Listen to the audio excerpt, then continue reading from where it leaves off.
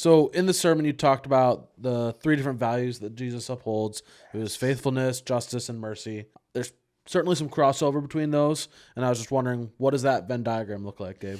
Yeah, man. So I secretly didn't go into this. One, I super didn't have time. Two, it is such a big topic. I actually think maybe we'll do it post-Easter. I'm not sure.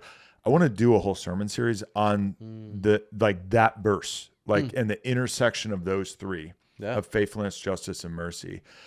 Because I think oftentimes in the Christian world right now, we're seeing people really hone in on one of those. And sometimes there's a generational line for this. It's a bit overly broad to say that, but you can kind of see that where you look at, say, like older boomers who saw what happened in the 60s and early 70s with sort of the social movements, particularly around sexuality, and are like, hey man, like we got to hold fast to the truth. We got to hold fast to what God said. We can't, and so they're very about, hey, faithfulness. And then I look at like my own generation, millennials, and probably some Gen Xers as well, where like a big emphasis was like, yeah, okay, but like mercy, like what about the poor? Like I read my Shane Claiborne and my Rob Bell, and like I'm going to care for those in need and care for the poor.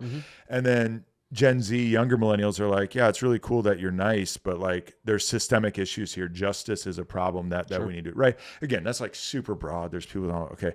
But there's a way in which there's kind of an interesting split, and you just see that in Christendom where people be really obsessed with justice to the neglect of faithfulness and mercy, really obsessed with mercy.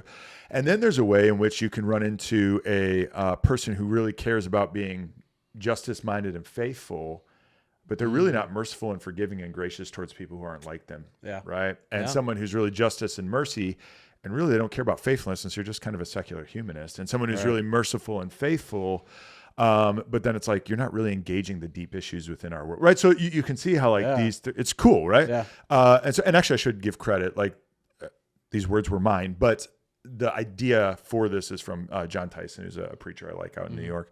And then he says, though, kingdom culture is when those three things intersect, and that centerpiece of the Venn diagram is when you have justice, mercy, and faithfulness coming together. Yeah, and I'm like, that's a super helpful image. Yeah, so, I think that even just mapping it on to some of the examples you gave during your sermon, we're talking about the one meeting you had where the one guy was talking about justice and maybe mercy, but maybe not the faithfulness. Or correct. Maybe your way when you were talking to your friend at college, where you probably lacked a little bit of mercy. Yeah, that's exactly right. Yeah, so exactly. I can see sort of how you got there a little bit in your sermon, but like it's just such a, I don't know, wide scoping. It's a rich conversation. Concept. Yeah.